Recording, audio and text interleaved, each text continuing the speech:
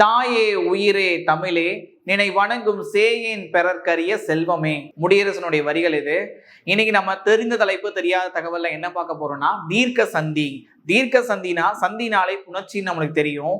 வடமொழி எழுத்துக்களோட அந்த சேரக்கூடிய அந்த புணர்ச்சியை தான் நம்ம சொல்றோம் தீர்க்க சந்தின்னு சொல்றோம். அதுல நம்ம இன்னைக்கு என்ன பார்க்க போறோம்னா தீர்க்க சந்தியில ஆ வச்சு நம்ம பார்க்க போறோம். நிலைமொழியில என்னென்ன ஆ வந்துச்சுன்னா எப்படி, வருமொழியில ஆ வந்துச்சுன்னா எப்படின்றத பார்ப்போம். பாருங்க, அதாவது நிலைமொழியோட ஈற்று எழுத்த பாருங்களேன். ஆ வந்திருக்கா, இங்க ஆ வந்திருக்கா.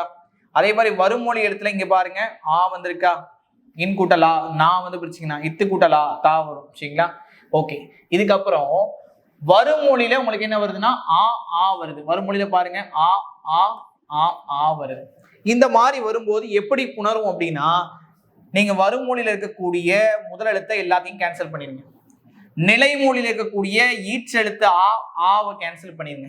இதுக்கப்புறம் என்ன பண்ணணும் அப்படின்னா, இங்க உள்ள மெய்யெழுத்து, அதாவது நிலைமொழி ஈச்சுல எல்லாமே மெய்யெழுத்தா இருக்கும். அந்த மெய்யெழுத்து எல்லாமே உங்களுக்கு ஆ அப்படின்னு சொல்லக்கூடிய எழுத்தோட புணரும். அப்ப எப்படி வரும்? பத்குடல் புயம் இருக்கா, அப்ப இந்த இத்து கூட்டல் ஆங்கிறது என்னவா மாறும்னா தாவா மாறும். அப்ப என்ன வரும்? பதாம்புயம் அப்படிங்கிறது வரும்.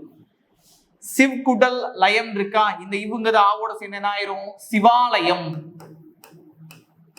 அதே மாதிரி இங்க இன்னு கூட்டல் ஆகுது என்னவா மாறும்? நாவா மாறும். அப்ப என்ன வரும்? சேனாதிபதி. அப்ப இங்க இத்து கூட்டல் ஆ என்னவா மாறும்? சதானந்தம். அப்ப தெளிவா ஞாபகம் வச்சுக்கிறது என்ன அப்படின்னா, நிலைமொழியிலும் சரி வருமொழியிலும் சரி ஆ வரும் பொழுது வருமொழியோடைய முதல் எழுத்து ஆ கேன்சல் பண்ணிருங்க.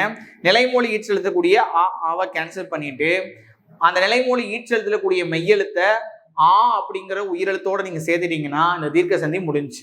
ஓகேங்க. இது போல நிறைய தகவல் நம்ம பார்ப்போம். நன்றி, வணக்கம்.